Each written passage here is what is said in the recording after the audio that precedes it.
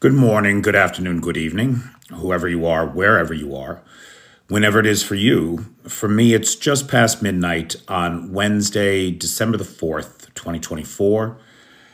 That makes this the news for Tuesday, December the 3rd, 2024, day 1014 of Vladimir Putin's war of aggression against the people of Ukraine. I'm Peter Alexievich, and this is the Live at 5 from Kyiv, coming to you from this major European capital under siege. And I see that the peeps are coming in. Hey, Little Red Sunflower. Hey, PH. Hey, Vanetta. Hey, PT. How's everybody doing tonight? Hello, hello, hello. Mr. and Mrs. America and all the ships at sea. Hey, Mel. Hey, Thomas. Hey, James Wayne. Hey, V. Hey, Chef Deb. Today is How Do Portugal? Hey, King Drone. Thank you, Martin. It's a pleasure to see you. Hey, Lars. So, guys, boy, I'll tell you, the world is crazy. How about South Korea?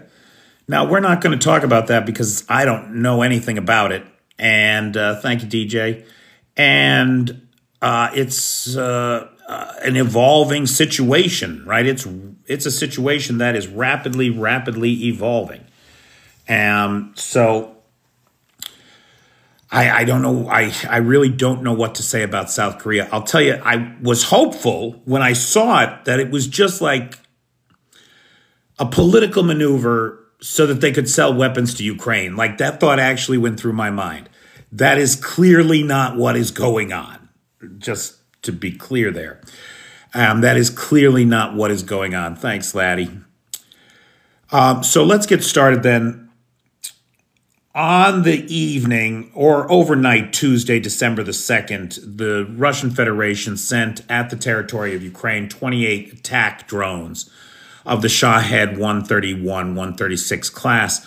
Of the 28 that were sent, 22 were shot down, one was lost to electronic warfare, and another 2 were returned to sender, sent back to Russia. Now remember, this idea of spoofing these drones so that they go off course and end up in Belarus or end up in Russia has a twofold benefit for the Ukrainians.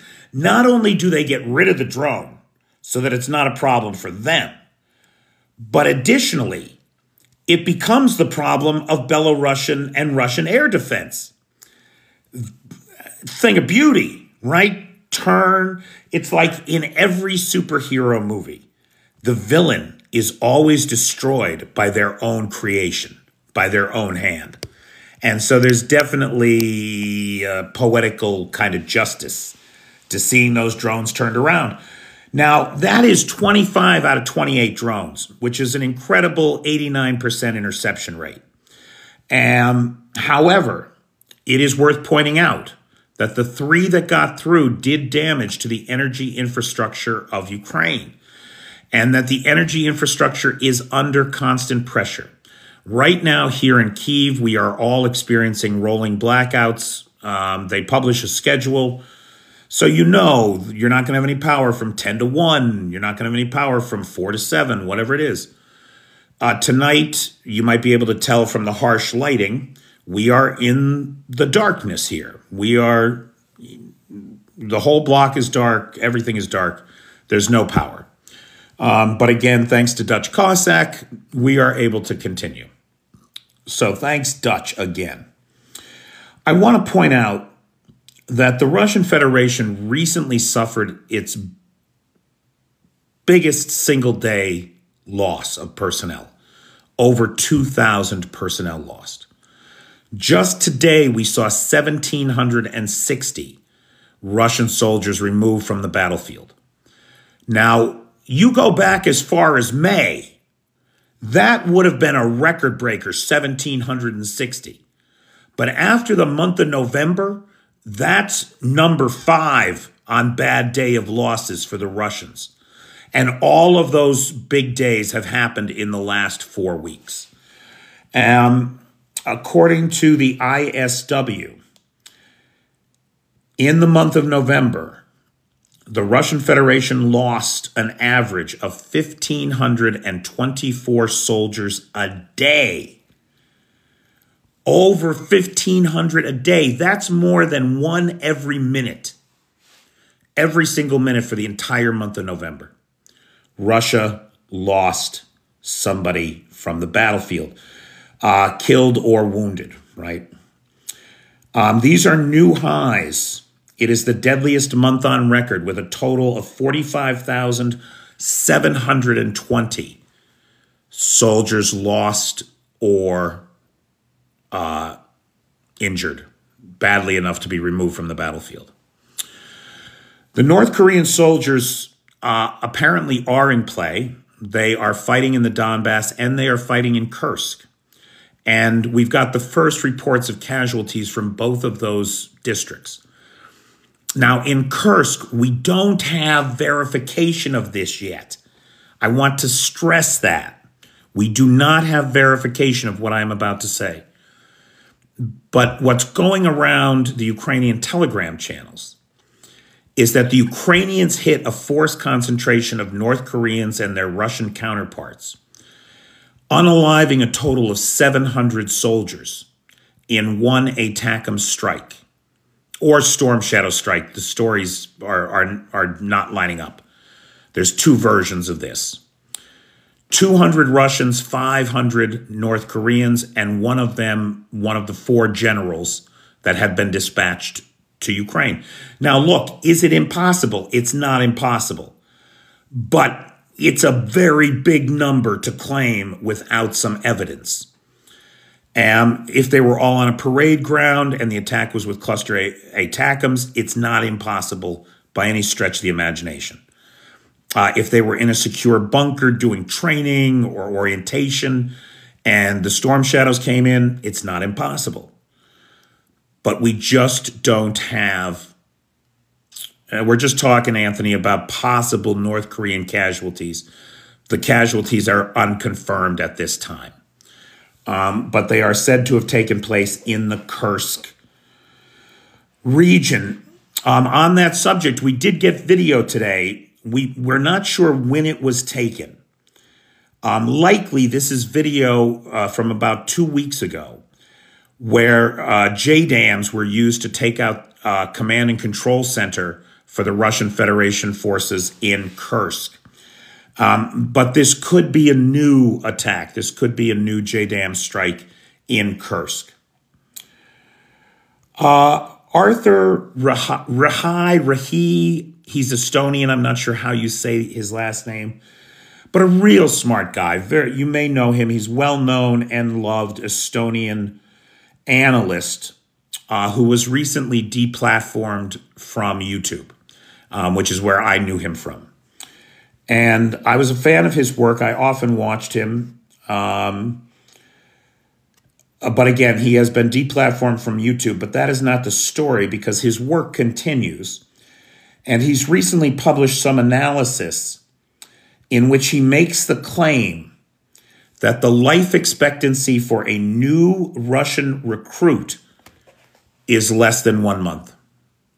From the time that they sign the contract, and we just saw a tragic example of this with an underage kid, I mean, a young kid, like 16 years old, who dropped out of high school when he was 13. He had a kid of his own. He signed up for the Army for the sign-up bonus. And within 3 weeks of him signing that paper and traveling the 3,000 miles to the Ukrainian front, he was sent immediately into battle and was immediately unalived. Tragic. Arthur, no, that's not. Arthur is an Estonian guy. Reporting from Ukraine is a Ukrainian guy whose name I don't know. He's never divulged it. Right on. No, it is nuts. It is nuts. And that's what awaits every single Russian recruit or Shanghaied individual, right? A person that gets force conscripted or crypto conscripted into the Russian army. This is what they are doing with them. It's insane. It's obscene.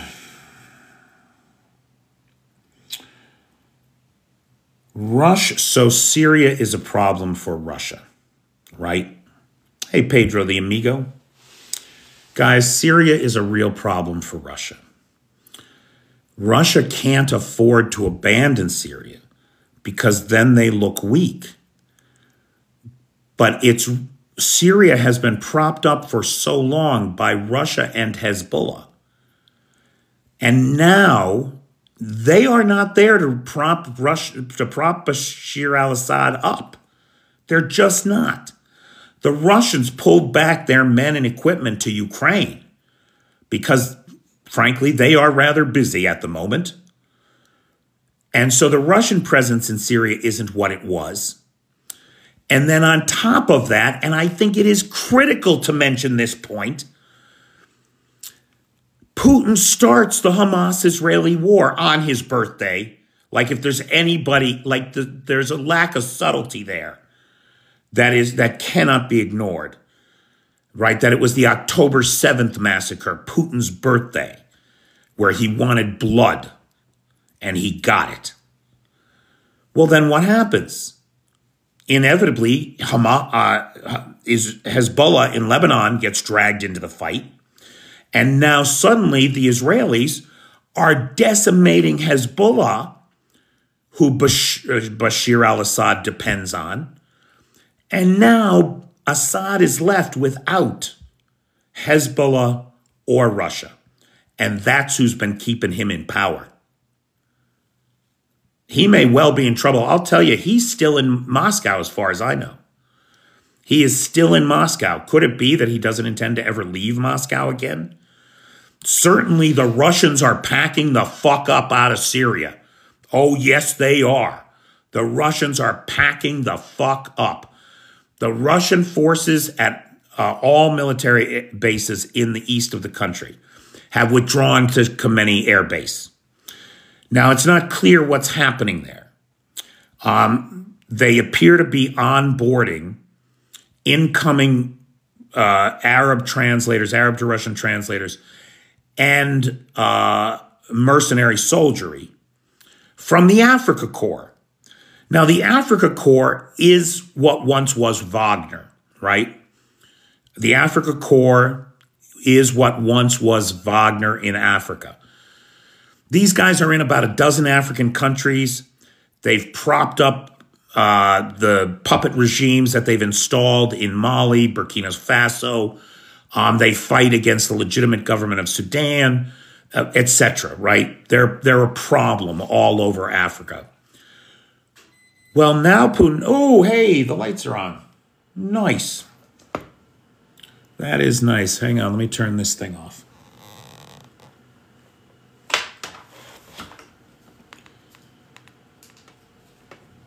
Okay. That's a little gentler, eh? Okay. Now,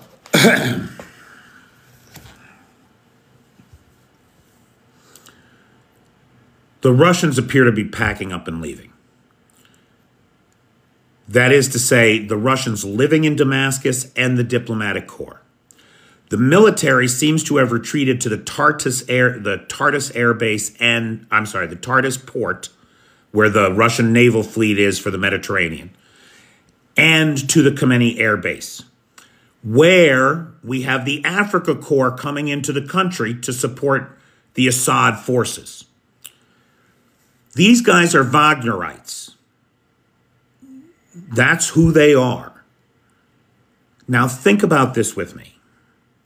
Russia is currently on the verge of losing its foothold in the Middle East. It's hanging on, bleeding from its fingernails in Syria. It's having to it's taken the troops out of there to go to Ukraine already. Now it's having to call in troops from Africa to try to save Syria. How many do they need? Because there's only maybe 30,000 Wagnerites in Africa anymore. And I say that because there used to be 50,000. We believe 20,000 of them were transferred to Kursk back about 4 or 5 months ago. My live was just flagged for misinformation. What misinformation did I give?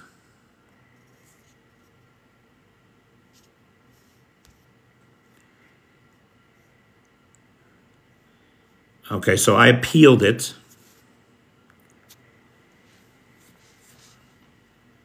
Oh, here we go. You can go.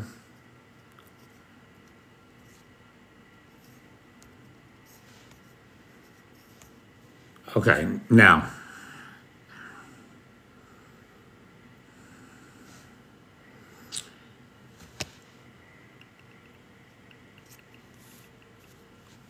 Okay, so where was I?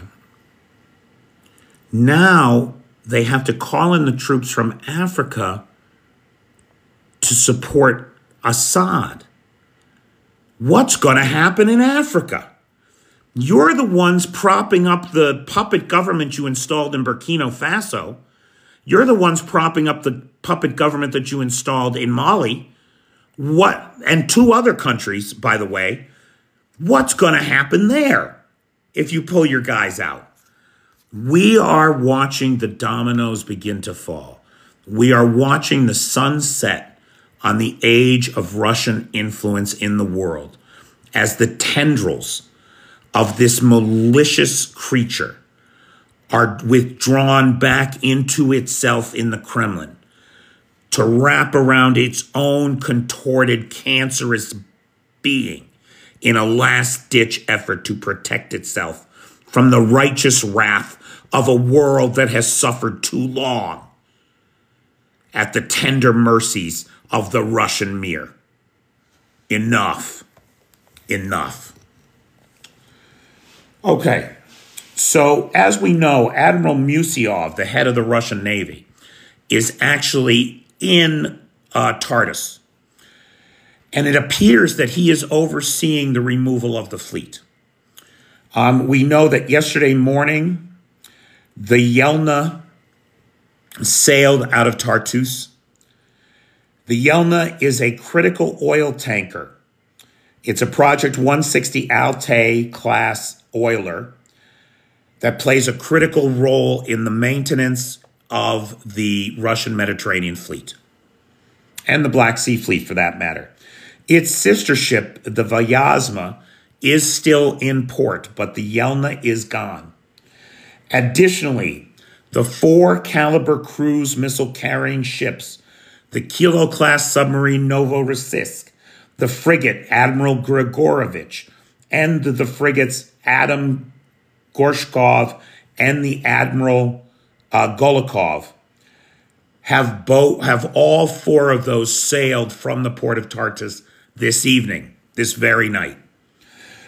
That leaves 1 frigate, 1 corvette, and 2 subs in the port, along with a few other patrol ships and naval vessels. It does appear that the Russians are packing up. Now, it may not be permanently, right? They may be moving these ships to a safe harbor in Algiers or another friendly location in the Med, just to wait this thing out with the Islamists that have risen up against Assad. Let's call them the anti-Assad forces. I don't want to call them rebels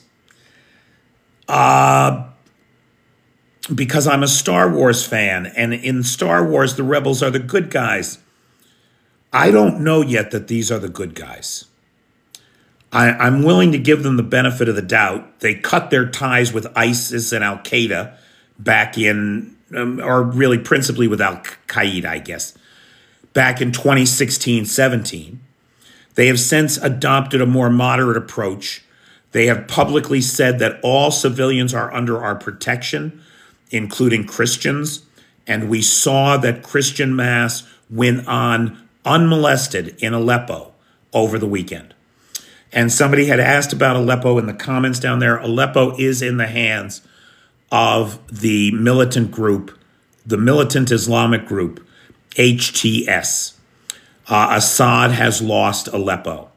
And he's lost everything south of there all the way to Hama, where right now the Russians and the Syrians are regrouping and battling the Hayat Tahrir al-Sham, or the HTS, the consortium of rebel groups that have liberated Aleppo from Bashar al-Assad. And I do mean that. I mean, regardless of what theocratic nightmare they bring themselves, right now the town is liberated from the evil dictator, from an authoritarian man who has unalived 600,000 of his own people, displaced another 10 million, carpet bombed half of his country out of their homes, creating a refugee crisis for all of the surrounding nations. It's no good. The guy's no good. Georgia continues its 5th straight day of protests. Hey, Tony. Continues its 5th straight day of protests. Now, look, what's going to happen in Georgia is a bellwether for where Russia's really at. If Russia can crush the rebellion in Georgia and hold Georgia, bad times are ahead for all of us. But if the Georgian people wrest their own destiny from the hands of the Kremlin gremlins, it's going to be a bright new day. Not that it's going to be easy, not that prosperity is going to come overnight, but it will be a new day. You're not wrong, Colin, and I didn't mention it this go around, but Colin is correct that one of the things the Assad regime did was gas its own people, just like Hussein did to the Kurds. He did the same thing. Okay, so back over to Georgia there. 5th day in a row, 20% of the city of Tbilisi is in the street taking water cannons to the face. Now, last night we got video of firemen emptying their fire trucks of water so that they couldn't refill the water cannons. That's a good sign. That's a sign of civilization blossoming. Very interestingly, members of the Georgian Dream Party are resigning their positions at an accelerating rate. The Georgian Dream ambassador to the UN, Georgian Dream ambassador to the EU, a bunch of Georgians in high-ranking positions, all in the Georgian Dream Party, have walked away from their jobs. I'm very hopeful that this thing's going in the right direction, that it's going the direction of the 2014 Maidan here in Ukraine. I'm hopeful, optimistically cautious.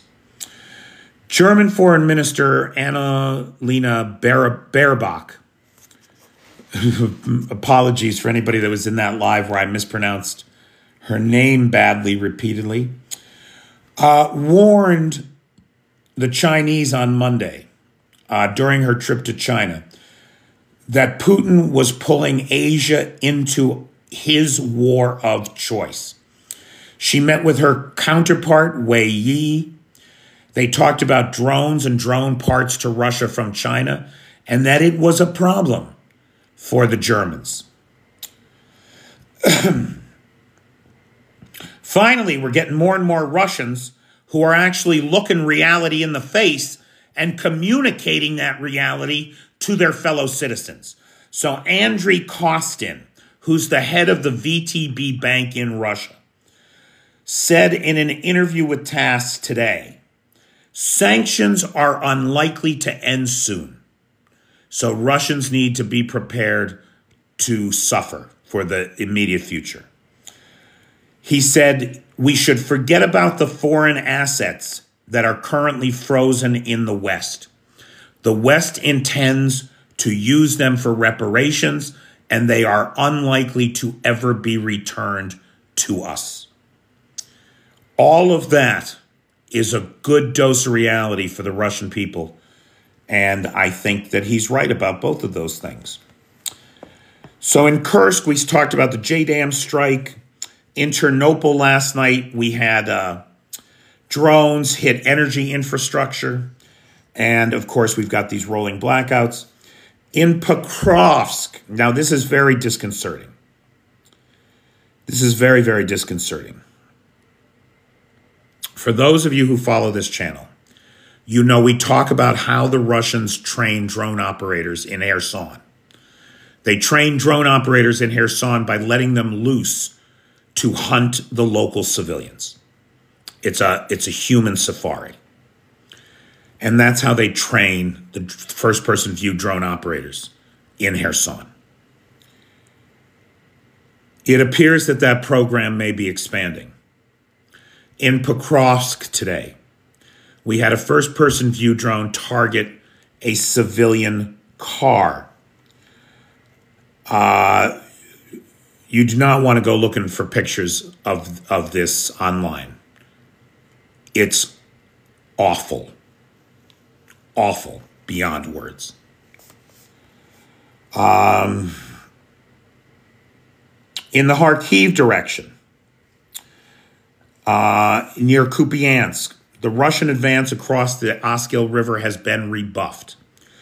So the Russians have been pushed back to the left bank, the east bank of the Oskil River, just south of Kupiansk. Ukrainian military analyst Petro Chernik, speaking to Army Inform today, said that Russia has increased production of its Shahed-type drones, but still remains dependent on Iranian delivery. Now, according to the ISW, the number of drones that Russia's firing at Ukraine has increased significantly. It's up to an average of 80 a day. So for the month of November, it was 80 a day on average. However, as we have noted repeatedly on this channel, as anybody who follows this channel knows, for the last 2 months, we had a new category of what happens to drones. Drones get lost. Somehow the Ukrainians are spoofing these drones. They're sending them off course, sending them to Belarus. And again, sending them to Belarus has a double benefit. The Ukrainians don't have to deal with them, and the Belarusians do. Return to sender, baby. Return to sender. You may see some news about some Finnish underwater cables being cut. That does not appear to be sabotage. It happened yesterday. It appears to be just a function of a normal construction error. An excavator hit them. Jake Sullivan issued a press release in which he said that the United States has allocated $725 million package to Ukraine to include Now, look, this is just part of the $61 billion, right? This is not a new package. It's just a package that's getting put on the docks, we hope, as we speak, and will be on the way soon. Because according to the president, it's got to be here by January 20th. That's what he said. He wants it here by January 20th. NASAMS munitions, Stingers, counter-drone ammo, 105 and 155 millimeter artillery shells. According to Jake Sullivan's press release, in the hundreds of thousands of 155 and 105 millimeter artillery shells. Non-persistent landmines, these are the landmines that have their own self-destructs. HIMARS ammos, drones, anti-armor missiles including TOW, Javelin, and AT-4s, small arms, and ammunition. In addition, $825 million in energy infrastructure. The U.S. is ponying up another $825 million in energy infrastructure. Kyiv has called on NATO for 20 additional air defense systems to protect the power grid. Just from the blackout that we were in here, that you just saw the lights come back on. The power is a problem. And soon the heat will be a problem too, right? Today is the 30th anniversary of the Budapest Memoranda, one of the weakest, most ineffective documents ever drafted. And the reason why today Zelensky is saying that for any consideration of a ceasefire, he must have NATO membership. That promises, empty promises of support and security guarantees will not toe the line this time. They had that in Budapest. They had that in Minsk. It did not work. We have an enemy that is in open violation of those terms, and we don't seem able to marshal the political will to really do much about it.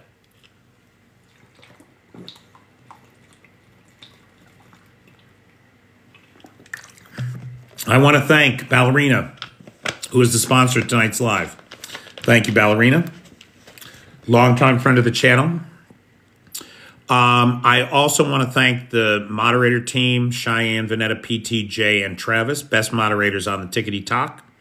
Thank you, Nightshade, for the Peter's Peeps public group over on the Book of Faces. And thank you, Lars, who has the Discord server in the Alexievich archive. And thank you to Vanetta Laird, who maintains the Google Docs share, where you can get letters to the White House, the Senate, the Congress, and the UN, all Ukraine related. Okay. So, guys, that's it for me from the headlines. What's going on with all of you? Questions, comments, points of observation, or personal need? Anything from anybody about anything? I really could use, I just had a new person join the Patreon, Debbie. I really appreciate Debbie joining the Patreon. I hope she doesn't mind. But, you know, it's not like she pledged $100 or $50 a month. She pledged $5 a month. Guys, most of my members are $5 a month. I want to have lots of $5 a month members. It doesn't cost you much. And you know that there is nobody that I am so beholden to that I have to be careful about what I say, because I'm clearly never going to be careful about what I say. Oh, you're here, Deb. Thanks, Deb. No, seriously, Deb, you're the bread and butter. You're the best. And I can't thank you enough. Colin says, Zelensky is right. The West made empty promises by asking them to give up their nukes. Colin, you are not wrong, pal. You are not wrong. Dusty, I don't have good thoughts on South Korea. Now, right, mostly because I'm completely ignorant. I just don't know much about it. I don't really know what's going on over there. It seems to be a very fluid situation. I just don't know. Hang on a second. It's getting warm in here. Okay. I just don't know. So I will try to do some more reading about it tomorrow or Thursday, or as the situation evolves, particularly if we think it's going to influence Ukraine at all. There's clearly a Korea-Ukraine connection. North Korea has created that. We see it writ large. Oh, hey, everybody, do me a favor, would you please? You know, it took me 8 months to get to 20,000 followers. It has now taken me 7 months, and I am just shy of 25,000. So 8 months to get 20, another 7 months to get 5. It's been tough the last 8 months, boy. Anyway, if you are not a follower, please consider following and help get me to 25,000. If we could do it tonight, I would be the happiest person in the world. Don't anybody go making up fake accounts and signing up, please. just, if you don't follow the channel, please follow the channel. Thank you very much, everybody. I sure do appreciate it. So very close to 25,000. Amazed at the snail's pace of the last 7 months after the phenomenal growth those first 8 months. Not sure what to credit it to or blame for it. Anyway, South Korea, I'm going to watch it. I'm going to try to learn about it. And if it's relevant to Ukraine, I'll be happy to talk about it. But I mean, I didn't have Syria on my bingo card. And I should have, because on this channel, we talked about the Ukrainian attack against Russian forces in Syria twice in the last 6 months. Once in June, once in September. Right, September 15th was the last time. So I knew the Kaminsk group was there. I knew that they were working with the Syrian rebels. And yet something like this never even occurred to me. What I did not know until today was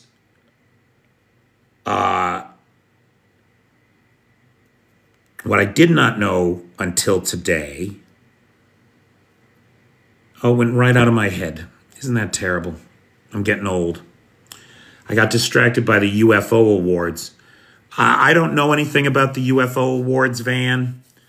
I know my buddy Deathcore Dad posted a video the other day. He's like, look, man, if you want to know the truth about this, you got to go to aviary.com. Just search aviary. And I'm like, Chris, people that believe in UFOs don't know how to spell aviary. That's a thing. Anyway.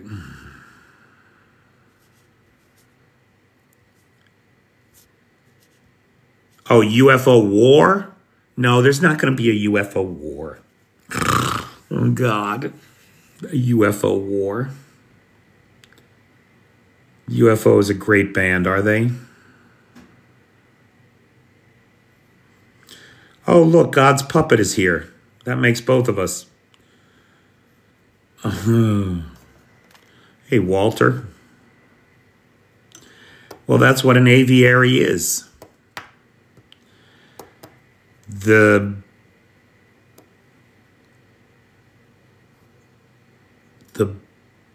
bishop...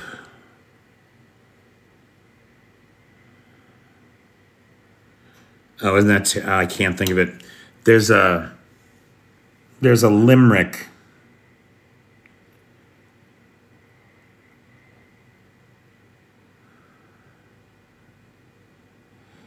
The Bishop of Scranton has a vice which is both obscene and... Oh, I'm not going to be able to remember it. I'm not going to be able to remember it.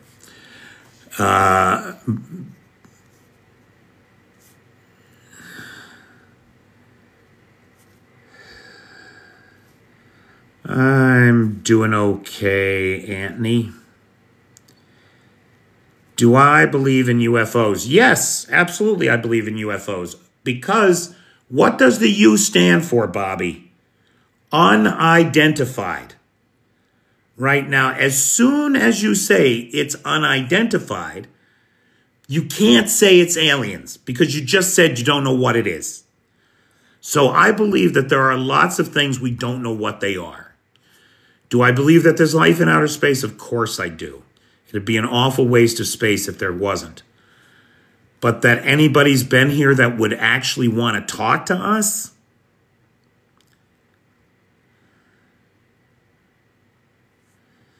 Now, Julian is expanding on this Ukrainian-Syrian connection.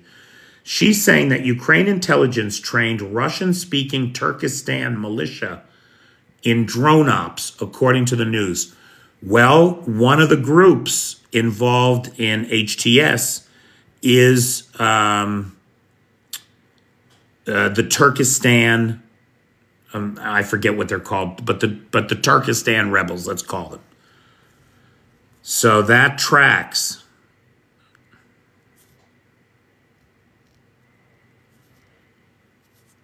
China is banning rare metals? That doesn't seem likely.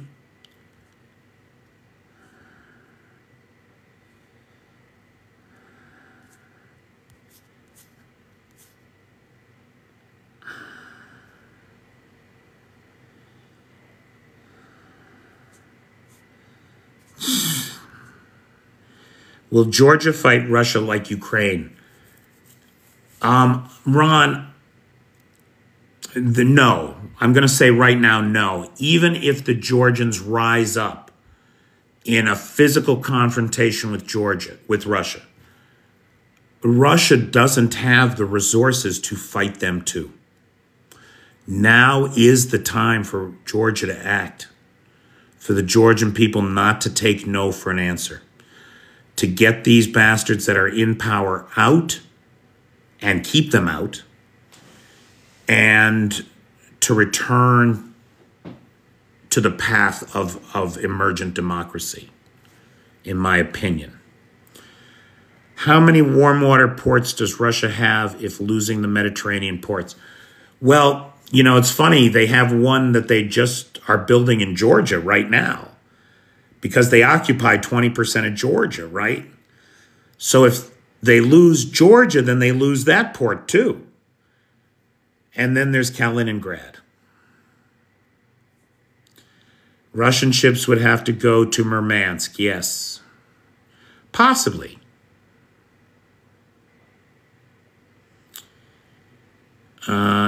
Ethelred the Ready is saying that the Chinese have already banned exports of rare earth elements.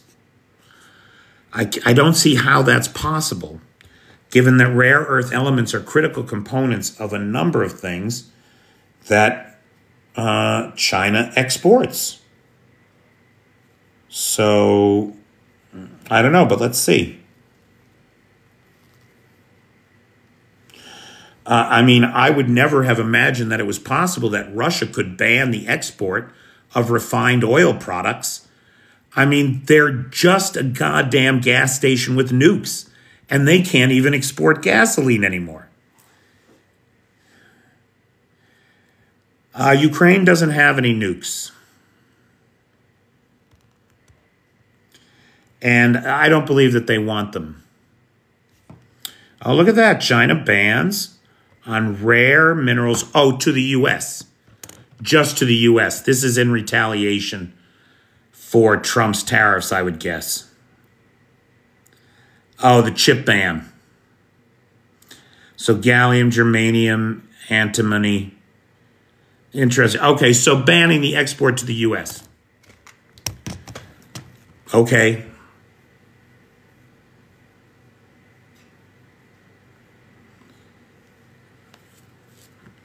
Tariffs are like the worst idea yet. He's going to wreck the entire economy of North America if he does what he is threatening.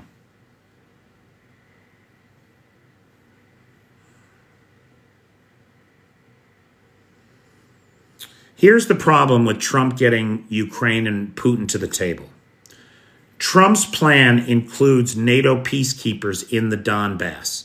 And he wants the French, the Germans, and the English to do it. I'm sorry, that's a non-starter for Putin. Putin does not want NATO troops in the Donbass. Putin's not going to agree to that.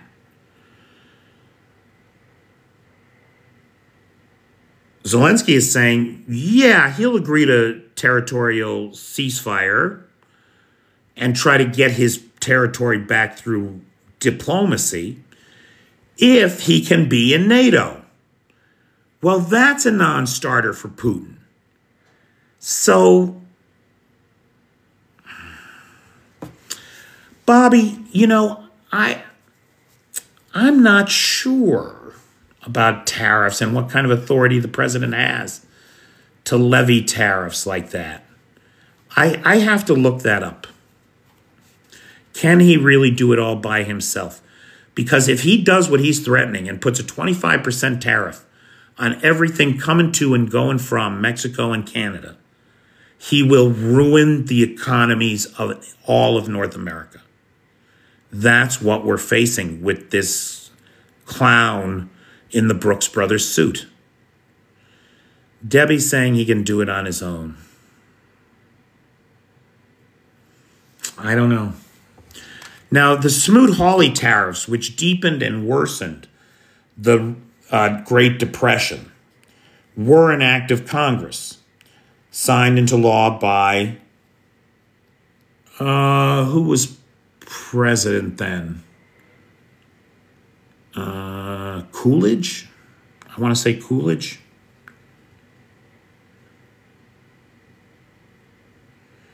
I have no idea what I'm talking about. Really, the Hawley-Smoot tariffs of 1939, which deepened the American recession, or 1930 rather, which deepened the American recession. Our crude comes from Canada. Canada crude is cheaper than our crude.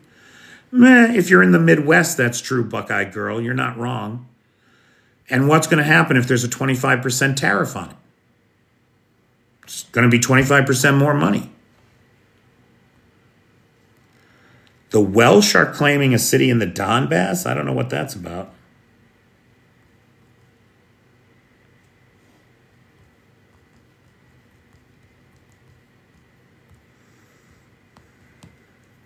Tell me what I'm not talking about there, douchebag.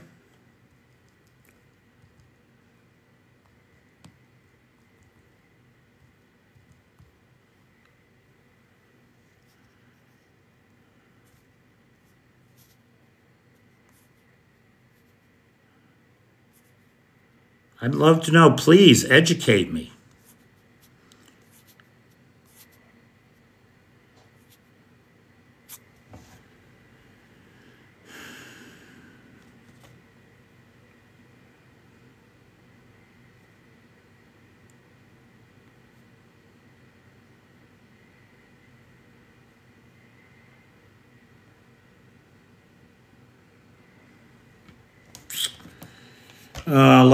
I'm going to have to read up on this because it looks like there's a lot of throat clearing.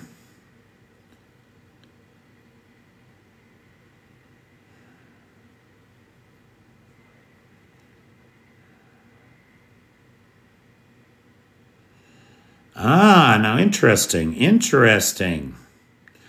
The Trading with the Enemy Act of 1917 gives the president the power to regulate trade, including imposing tariffs during time of war. So all he has to do is start a war, and then he doesn't need congressional approval. That's what it sounds like to me. Was it Herbert Hoover in 36? Or 1930? Was it Herbert Hoover in 1930? Could be.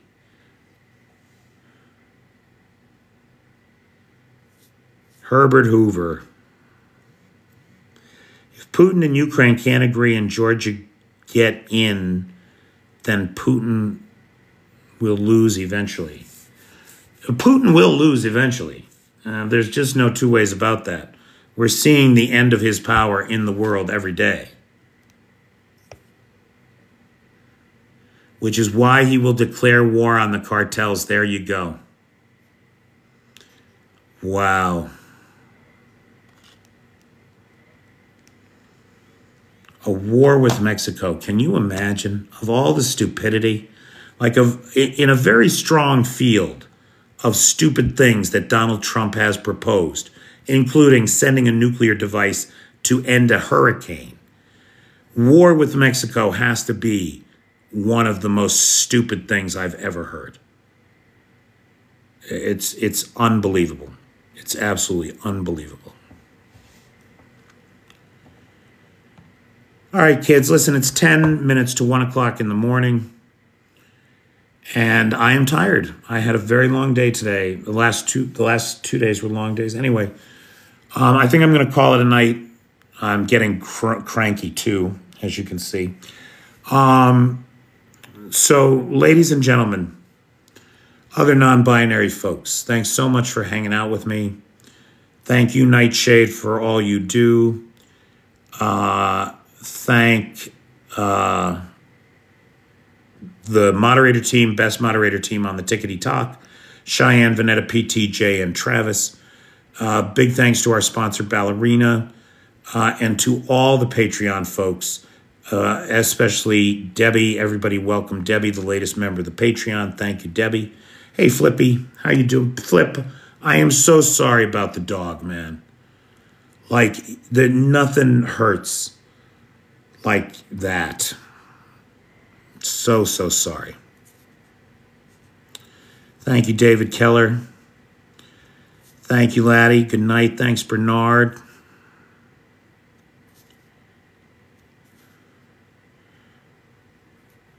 Thanks, Brian. Thanks, Russell Kennedy. Thank you, Dusty. Thanks, Vanetta.